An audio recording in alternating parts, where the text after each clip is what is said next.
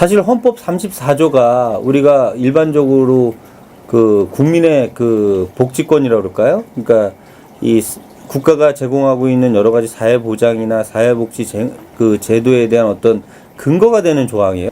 지금 우리 5항에서 34조 5항에서 이 명시된 이 내용만 보더라도 이 헌법이 얼마나 낡은 헌법인지를 알 수 있거든요. 예를 들어서 이거예요.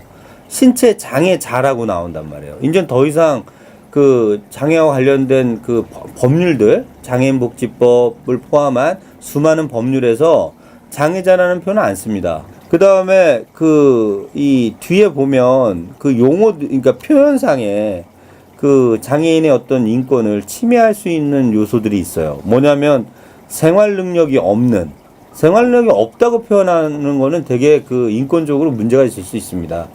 이 조항은 앞으로 이번 이제 헌법이 만약에 개정된다면 당연히 이 문구 자체가 상당히 많은 그 변화가 필요한 문구 중에 하나라고 볼 수 있습니다. 예. 전체 장애인 중에 90% 이상이 후천적 장애인이에요. 선천적 장애인이 아니라. 그러니까 이제 태어나서 생활하면서 각종 질병이나 교통사고나 여러 가지 그런 이유들 때문에 장애를 갖게 됩니다.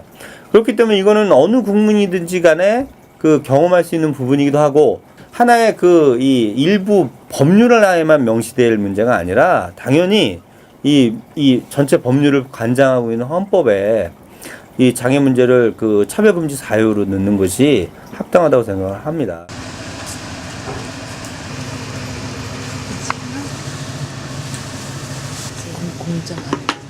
재작년 촛불을 하면서 계속 촛불에 참여가 좀 어려웠던 거는 대한민국의 권력은 국민으로부터 나온다라는 그런 구호를 할 때 너무 거부스러운 거예요.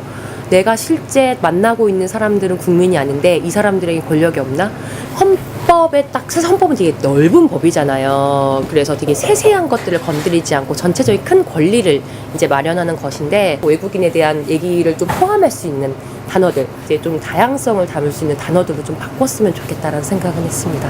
그래서 차별금지 사유가 되게 적게 나와 있잖아요. 이제 아무래도 사회적 신분에 다 포함되는 것처럼 했기 때문에 이렇게 적은 건지 그건 잘 모르겠지만 실제 한국이 좀 다양화되면서 굉장히 다양한 사유가 있다고 생각해요. 그래서 얘기하셨던 언어 인종뿐만 아니라 뭐 국적이라거나 혹은 뭐 저개발 국가에서 온 나라랑 차별하는 거 이런 것들의 조항도 당연히 들어가야 된다고 생각하고요. 뭐 언어랑 인종은 당연하다고 생각하고 망명권은 이제 한국은 난민법이라는 게 있죠. 네, 실제 헌법에는 망명권이 없지만 그 하위법으로 이제 난민법이라는 게 있는데 난민법은 기본적으로 정치적 사유 정도를 언급하고 있어요. 그래서 뭐 전쟁의 사유나 이런 것들을 언급을 하지 않고 있어요. 그런 조항이라도 하나 들어가야 조금이라도 더 나은 조금 확률이라도 뭐 인정률이라도 조금이라도 올라갈 수 있지 않을까라는 생각은 합니다.